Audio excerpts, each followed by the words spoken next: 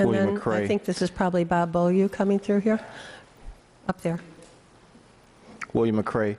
I'd like to thank Commissioner Robinson for his many years of service on the commission and all the work that he did at the Truancy Center for the kids. He did a lot for the city, and we appreciate that. I'd also like to thank Commissioner Mitchell for all the work and all the years that she's given to the city and all the hard work and dedication as well. And I thank her for her courage for running.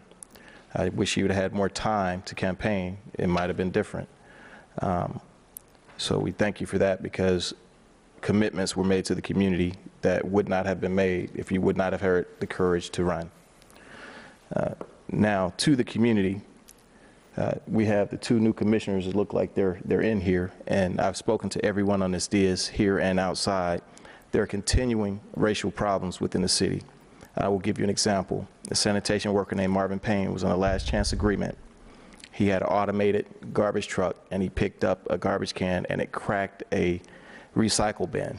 He reported it to his supervisor, and he was going to pay for it out of his pocket, less than 1 hour of his salary, and he was fired because he was on a last chance agreement.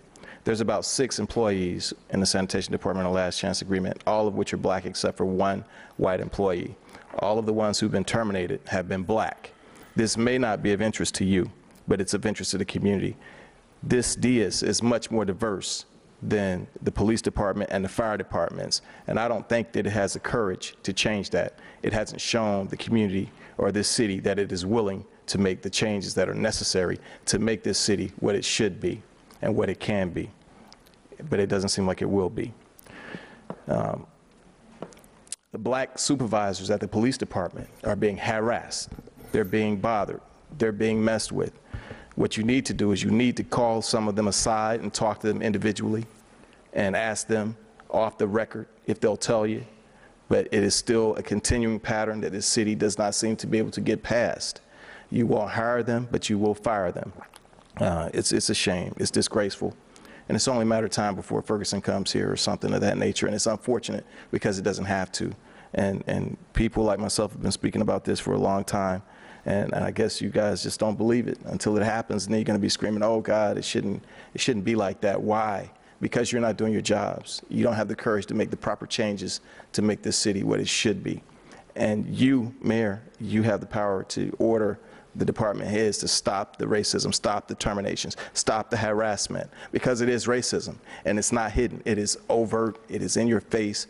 People have been complaining. People have been talking about it, and you won't do anything. This dais won't do anything. Questions aren't being asked, and I hope the new commissioners, when they get on here, will ask questions, ask the hard questions, and do the right thing, and call department heads in and hold them accountable for the mistreatment of their black constituents. And the only thing that's going to solve this problem is Thank you, Mr. litigation. McCray. Thank you, Mr. McCray.